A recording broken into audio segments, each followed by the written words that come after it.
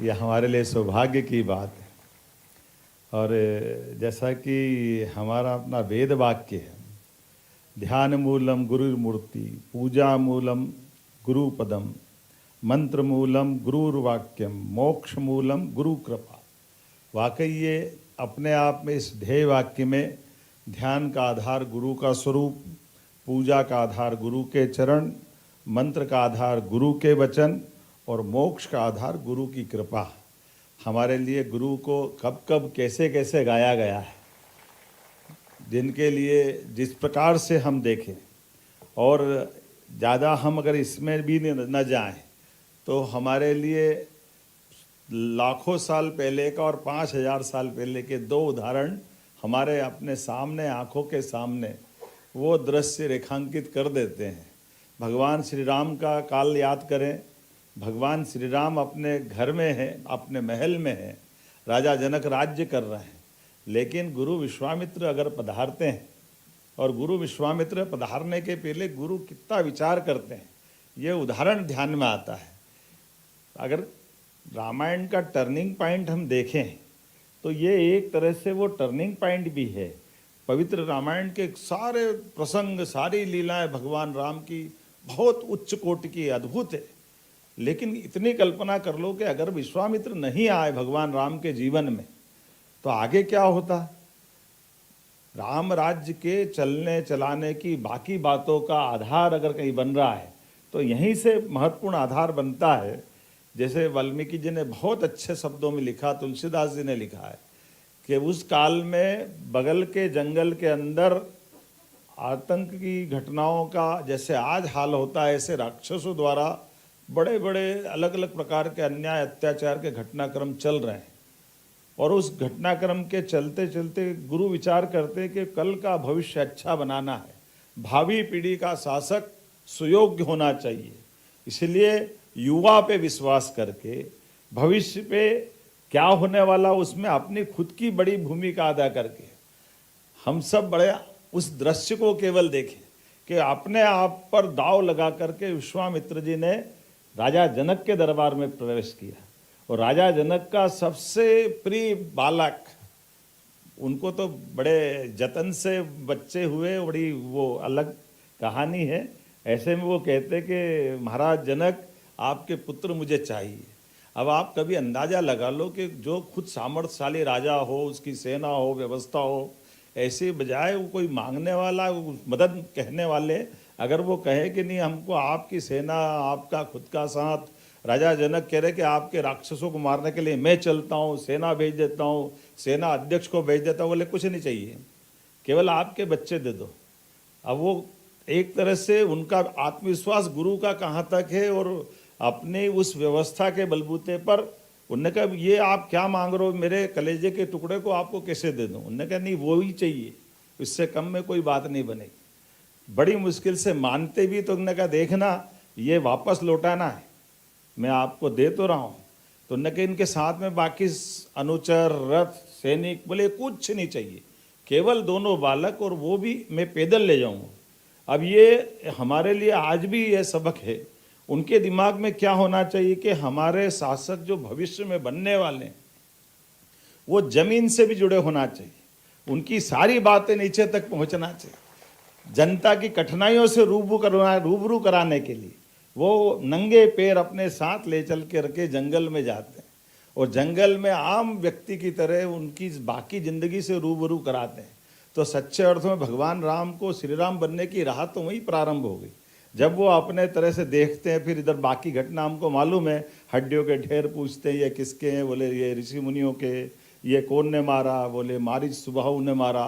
फिर वो एक महिला राक्षस वो आ जाती है, ऐसे सारे घटनाक्रम में। लेकिन ये कमिटमेंट था कि बस इनको मार के वापस लौटाना है। और गुरु कितनी रिस्क लेते, अपने बच्चा अगर समझ में आ जाए, शिष्य से अच्छा समझ में आ जाए, तो हम सब याद रखें कि उनने केवल अपने मारीच सुबाहु और इनको अंत करके वापस लौटाने वाले थे। लेकिन हमने देखा है कि भगवान राम का, विश्वामित्र का ये एक अभियान पूरा होता है तो उनको वापस लौटा देना चाहिए था। लेकिन उन्होंने कहा नहीं, यहाँ तक की परीक्षा पास हो गई, अब और ऊंची जगह इनको नया टारगेट देना चाहिए। और इसलिए हमने देखा कि वो स्वयंवर वाली घटना तो कहीं उस समय संवाद में रामायण में तो नहीं आती है कि वो स्वयंवर में भी ले जाएंगे, वो तो अपने जंगल की बात थी। लेकिन अपने गुरु को अपने पे भरोसा, व्यवस्थाओं पे भरोसा और अपने शिष्यों को और आगे बढ़ाने के लिए वो स्वयंवर में भी ले जाते हैं। और हम सब याद रखें, उस स्वयंवर में ले जाने के बाद भी एक नई संकट खड़ा कर दिया था, वो तो राजनीतिक रूप से सुलझ गया। वो धनुष जिनका टूटा वो छोटे मोटे महाराज नहीं थे, वो और बड़े वाले थे, उनको हम याद करें। वो उस समय के परशुराम जी का रौद्र रूप और वो सारी चीज़ें, वो तो भगवान राम की आनंद की लीलाएं हैं कि भगवान राम ने विनम्रता पूर्वक धनुष तोड़ने की घटना भी हो गई, माता सीता का वरण भी कर लिया, और जब लेकर आए तब तक भगवान राम का एक अलग जीवन का अध्याय कहाँ से कहाँ पहुँच गया। और ये जो उनका बाल्यकाल का कॉन्फिडेंस बढ़ा, वो कॉन्फिडेंस उनको वनवास में भी काम आया, और बात की रामायण हम सबको मालूम है। तो ये गुरु की महत्ता में बताने के लिए वो प्रसंग मुझे लगता है कि सबसे समसामयिक है, जिसके माध्यम से हमको समझ में आएगा। और कमोबेश भगवान कृष्ण के जीवन में भी वही है। कंस को मारने के बाद जब भगवान कृष्ण उज्जैन में अध्ययन करने आए और सांदीपनि जी के संपर्क में आए, और सांदीपनि जी के संपर्क में आने के बाद उनके पुत्र को लाने के लिए परशुराम जी के पास फिर भेजते हैं। आपके बाद परशुराम जी खुद सुदर्शन चक्र देते, उससे वो अपने आतंकवादी तत्कालीन द्वारका के पास के उस यम नाम की जाति, अब हम गलती से, ये आज जामनगर हो गया गुजरात का, ये पुराना यमनगर है, जिसके आधार पर वहाँ भी युद्ध लड़ते हैं और भगवान अपने गुरु पुत्र को लेकर के अपने आचार्य को लौटाते हैं। और उसके बाद में सुदर्शन चक्र और वहाँ से मिलने वाला पांचजन्य जीवन भर भगवान की धरोहर बन करके एक अलग रूप में लेकर, जब भी जीवन का सबसे बड़ा कष्ट आया तो उनने उंगली ऊपर करके भगवान के आशीर्वाद को तो पाया, जो सुदर्शन चक्र के रूप में जीवन भर लिया। मोदी जी भी सुदर्शन चक्र तो बना रहा है, जोरदार अभिनंदन करें। आज के दौर में भी दुश्मनों से सुरक्षा के लिए वो सुदर्शन चक्र से आज के सुदर्शन चक्र तक, ये गुरुओं का प्रसाद ही तो है। इसलिए भारत ने अपनी राह हमेशा विश्व गुरु की बात कही है। तो गुरु के माध्यम से कहीं हम किसी को अपनी संस्कृति में दबाने की, किसी को डराने की, इस बात में विश्वास नहीं करते।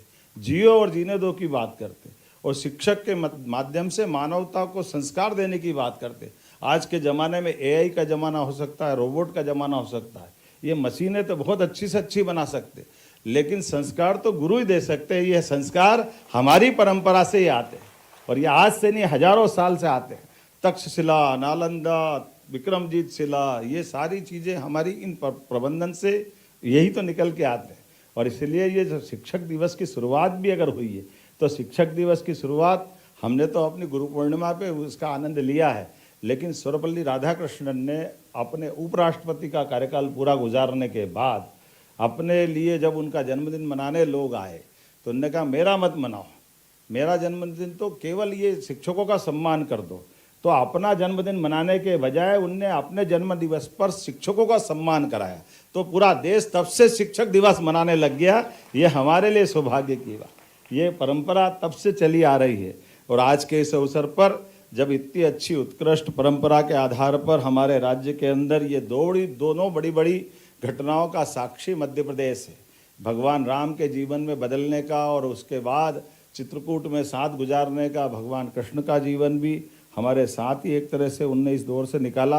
और एक तीसरा गुरुपाद पूज्यपाद हमारे ओंकारेश्वर में शंकराचार्य जी का जीवन भी हमारे यहाँ से ही बदला है। एक गुरु कहाँ से, कालीकट के पास केरल से एक बच्चा आता, छोटा सा बच्चा, और एक गुरु से आने के संपर्क में बाद वो कहाँ से, हमने देखा सुना होगा कि पारस से सोना बनता है लोगों को छुआने के बाद, लेकिन हमारे पास तो पारस मणि कोई भगवान कृष्ण को श्री कृष्ण बनाती है, कोई शंकर को शंकराचार्य बनाती है। ये वो धरती है मध्य प्रदेश की, जिसके आधार पर वो दुनिया बदल जाती, वो आनंद बदल जाता।